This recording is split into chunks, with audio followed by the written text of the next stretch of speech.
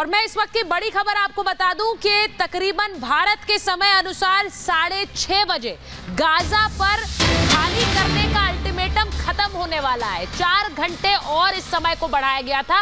भारत के समय अनुसार 6:30 बजे यह अल्टीमेटम खत्म हो जाएगा। इसका सीधा मतलब यह है कि जो एक्सटेंडेड टाइम पीरियड दिया गया गाजा में लोगों को खाली करने के लिए, वो भी खत्म हो जाएगा और इसके बाद इजरायली सेना अपना बड़ा ऑपरेशन शुरू करेगी। मैं एक बार सीधे गुरसिमरन के पास जा रही हूं, जो सीधे इजराइल से हमारे साथ जुड़ रहे हैं। गुरसिमरन, जरा बताइए, 4 घंटे उसे और बढ़ाया गया था, अब 6:30 बजे भारत के समय अनुसार यानी तकरीबन 20 मिनट का समय बचा है। उसके बाद क्या एक बड़ा ऑपरेशन लॉन्च करेगी इजरायली सेना गाजा के अंदर से?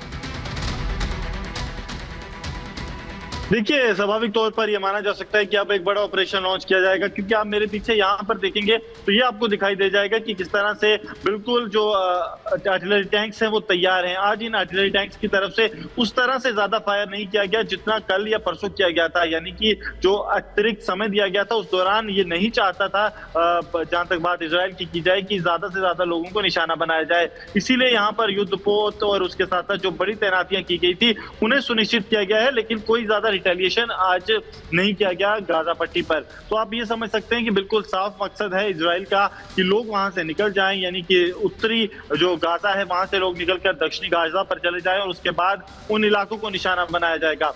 बहुत ही स्ट्रेटेजिकली, जिसे कहा जाता है क्लासिक मिलिट्री एग्जाम्पल जो है वो इस वक्त यहाँ पर इजराइल दे रहा है। इजराइल कर क्या रहा है वो आप समझिए।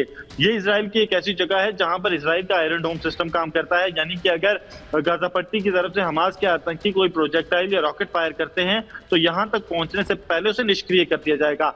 यहां से ही अब निशाना बनाया जा रहा है हमास के उन आतंकी ठिकानों को, क्योंकि युद्ध में रणनीति जो है वो सबसे प्रबल होती है और युद्ध नीति का पूरा सहारा जो है वो इस वक्त इजराइल ले रहा है। अपने इलाके से बैठकर दुश्मन को पूरी तरह से कमजोर कर रहा है और जब दुश्मन कमजोर हो जाएगा तब ये दुश्मन के इलाके में जाएगा, ताकि कम से कम जो है नुकसान हो और किसी तरह की जो कोलैटरल डैमेज की हम बात करें कि वो कम से कम इजराइल चाहेगा तो वो वैसे ही हो सकता है कि यहाँ पर बैठकर सबसे पहले आर्टिलरी शस्त्र दागे जाएं, एयर पावर का इस्तेमाल किया जाए। अपाचे हेलीकॉप्टर लगातार हवा में उड़ रहा है, उसके अलावा जो प्रेडिक्टर ड्रोन है उनका इस्तेमाल किया जा रहा है। तो इजराइल चाहता है कि वहां पैर रखने से पहले ही हमास के आतंकी इतने कमजोर हों कि ज्यादा नुकसान इजराइल को ना पहुंचा पाए, क्योंकि एक बात इजराइल भी जानता है कि अगर हमास के आतंकी अपनी फुल स्ट्रेंथ के साथ वहां पर हुए तो काफी ज्यादा नुकसान इजराइल को हो सकता है। और यही कारण है कि अब इस रणनीति पर, जो कि क्लासिक मिलिट्री एग्जाम्पल कहा जाता है, उस पर काम करते हुए सबसे पहले दुश्मन को इस तरह से बड़े आपने जिस बात का जिक्र किया गुरसिमरन, मैं एक बार वापस आपके पास आ रही हूँ। गुरसिमरन लगातार वहां मौजूद है जहां से गाजा पर एक बड़ा असॉल्ट प्लान किया जा रहा है, उसे सक्रिय किया गया है इजराइल की तरफ से। मैं एक बार अपने मेहमानों का परिचय करा दूं। हमारे साथ मेजर जनरल के सिन्हा जी जुड़ रहे हैं आज, हमारे साथ कर्नल शैलेंद्र सिंह स्टूडियो में है, कर्नल दिनेश नैन हमारे साथ जुड़ रहे हैं, सुशील पंडित जी राजनीतिक विश्लेषक हैं हमारे साथ स्टूडियो में है, एम्बेसडर दीपक वोरा हमारे साथ जुड़ रहे हैं। बहुत बहुत स्वागत आप सभी का महाभारत में। मैं एक बार शुरुआत में सबसे पहले मेजर जनरल सिन्हा आपके पास आ रही हूँ। जिस रणनीति का जिक्र इस वक्त गुरसिमरन कर रहे थे सर, उन्होंने कहा कि एक ऐसी जगह से यह असॉल्ट लॉन्च किया गया है जहां आयरन डोम इंटरसेप्ट करे, यानी उन पर हमला ना हो लेकिन वो हमला कर सके गाजा पर।